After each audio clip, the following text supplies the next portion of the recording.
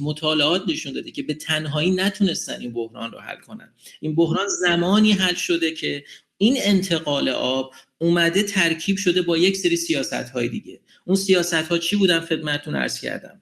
جلوی استخراج آب زیرزمینی رو گرفتن، ارزم به حضور شما کشاورزی رو مدیریت کردن، محصولات رو مدیریت کردن، مصرف رو مدیریت کردن. ببینید ما داریم در مورد بزرگترین انتقال‌های آب تاریخ صحبت می‌کنیم. نه مثلا انتقال آب طالقان به تهران و اینا اصلا در مقایسه با چین اصلا مقیاسی حساب نمیشه. توجه دارید؟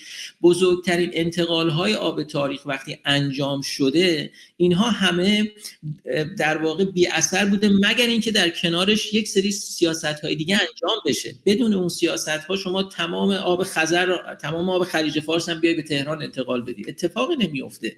ببینید اون قسمت مدیریتیه که مهمه و مطالعات نشون داده که در واقع اون انتقال آب در چین زمانی تونسته مؤثر واقع بشه که همگام بوده با سیاست‌های دیگه، همگام بوده فرض کنید با مدیریت مصرف، همگام بوده با کنترل شدید روی منابع آب زیر، مصرف منابع آب زیرزمینی، همگام بوده با آگاه سازی جوامع محلی. توجه بکنید همگام بودیم که بحث مونیتوری که به شما گفتم تو شهرها گذاشتن مردم ببینن آب زیرزمینی رو، اون بحث آگاه سازی جوامع محلی بوده.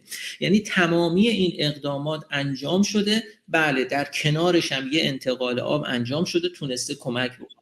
اگر بخواد فقط انتقال آب میشد نه به هیچ وجه هیچ اتفاقی نمیافتاد.